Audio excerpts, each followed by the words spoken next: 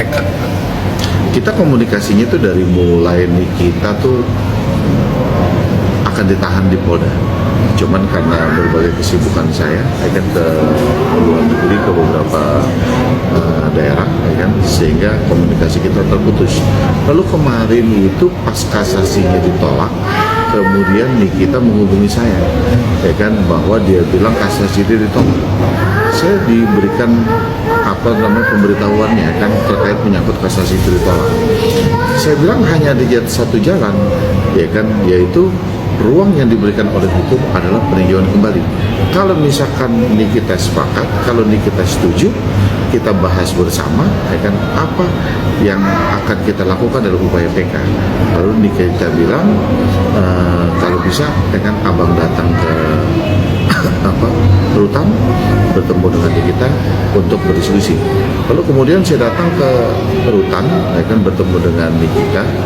Ya, artinya bahwa kondisi Nikita cukup memprihatinkan, kan, artinya kondisinya badannya juga terus menurun, kan, badannya kurusan dia. Kan, akhirnya kita bicara terkait menyangkut masalah PK dan Nikita sepakat, kan, dengan pola pikir saya. Lalu keesokan harinya dia menunjuk saya sebagai pengacaranya. Tapi ada obrolan apa sih Mas dan apa yang diinginkan Nikita sendiri gitu? Ya, yang pasti bahwa kan kalau saya melihat di sini, Nikita berkali-kali dia tidak pernah meminta, dia tidak pernah mengatakan, kan, bahwa kan jadi gini, kalau kronologis awal, kan, dia diceritakan ke saya, dia tuh bertemu di Kemang.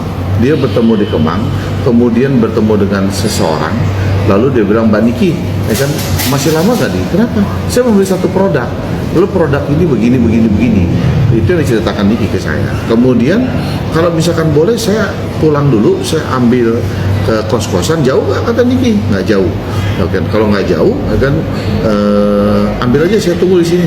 Tapi sudah capek banget, kan, saya mau pulang. Lalu mereka ambil, kan, kemudian dikasih Niki.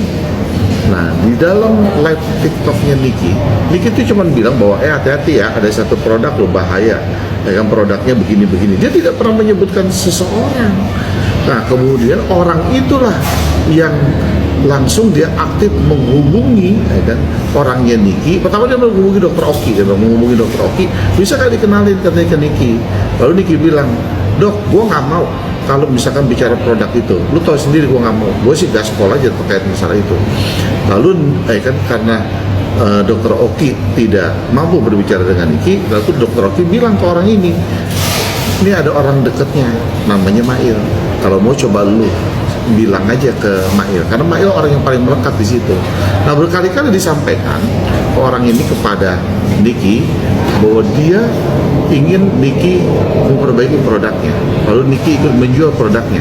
Artinya kalau saya lihat di sini, berarti kan ada kesepakatan bisnis yang ditawarkan kepada Niki, gitu loh. Ada kesepakatan bisnis. Nah, ketika ada kesepakatan bisnis, Niki bilang, oke deh, katanya kalau memang lu setuju, tapi dengan syarat perbaiki ya produknya, kata Niki, perbaiki produknya.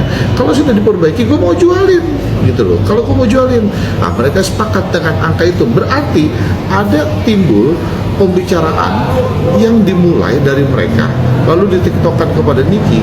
Hasilnya apa?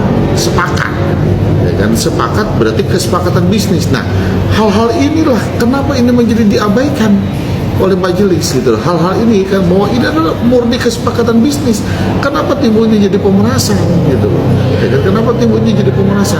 Ketika ini jadi pemerasan, maka dijerat pemerasan. Pertama di tingkat pengadilan negeri kan kalian tahu bahwa unsur pemerasan kan tidak ada, hanya kena undang-undang ITE, dan itu pun juga undang-undang ITE yang paling terberat ya, menurut saya sih yang paling terberat. Oke lah, kita terima.